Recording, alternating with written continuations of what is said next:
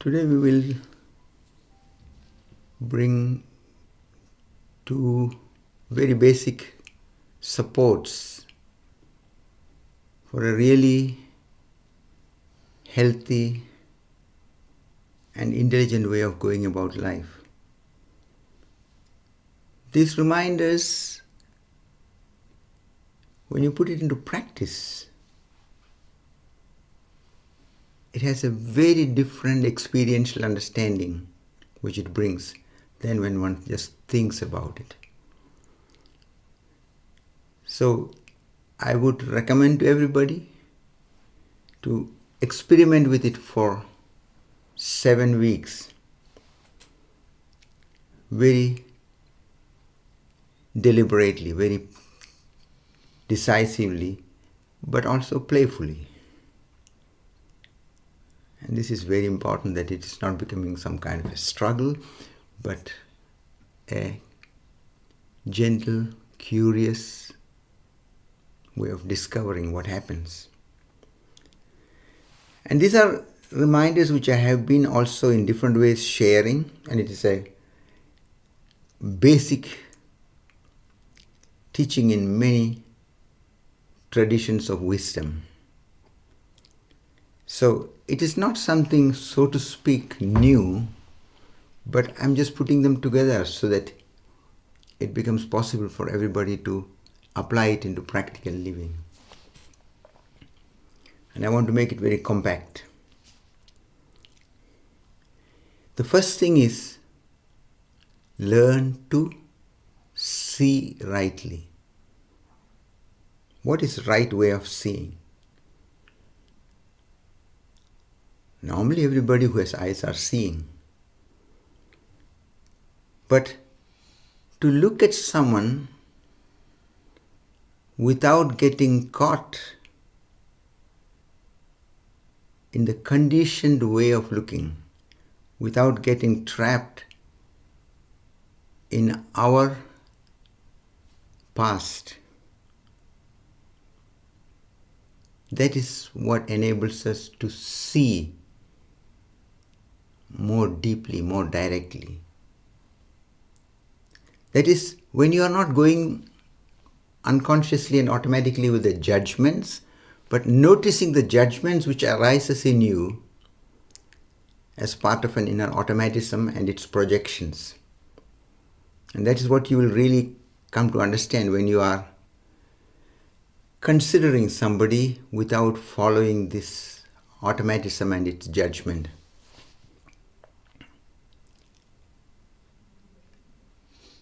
Attempt very wakefully just to look without identifying with the judgment process, without following it, without suppressing it.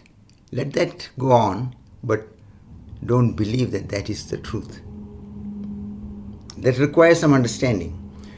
When you can see that everyone is manifesting a uniqueness of the life process, every human being is unique. Nobody is exactly the same. In fact, in nature, every aspect is unique. There is nothing else which is exactly like that. When this becomes conscious to you, then you can see, how can we compare? How can we put a standard and judge everything and say that this person is right and this person is wrong? Okay, for every game we need standards and norms and play with it. But if you want to see someone the way they are, you have to learn to look. In an emotional way of expressing this aspect, you can say learn to look compassionately. Because when you're not going into judging and trying to find some problem with the other and being in the defensive, then you look at somebody sympathetically, kindly, carefully, trying to understand the person. That becomes a very deeper process.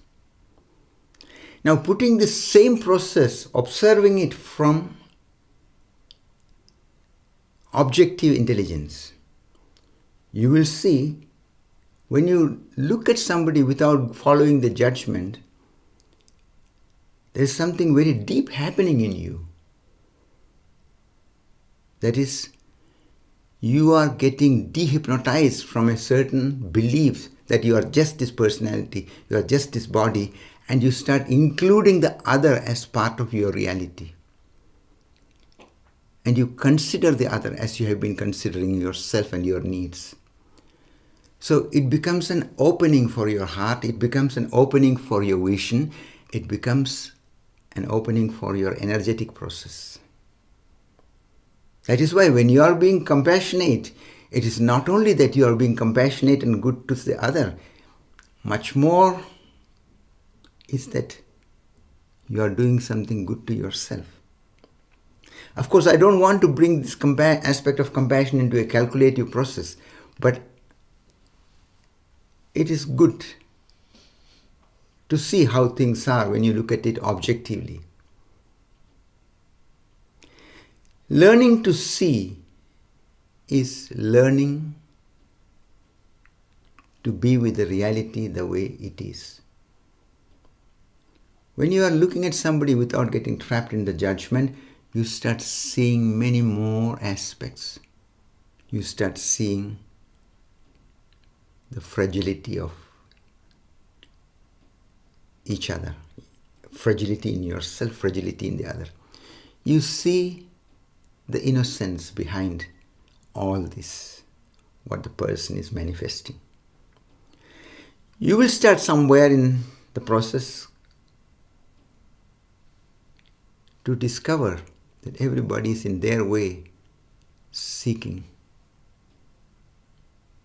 happiness, trying to come in terms with life, wanting to feel well, wanting to live joyously, wanting to love, wanting to be loved. So the more you look without getting trapped in this conditioned way of looking, the more you relax inside. Because you see that the so-called other is not necessarily an opponent with whom you have to constantly compare and compete and struggle. He's part of the wonder, part of the mystery which this life is. And you find a new connection. Then it's like a fellow player.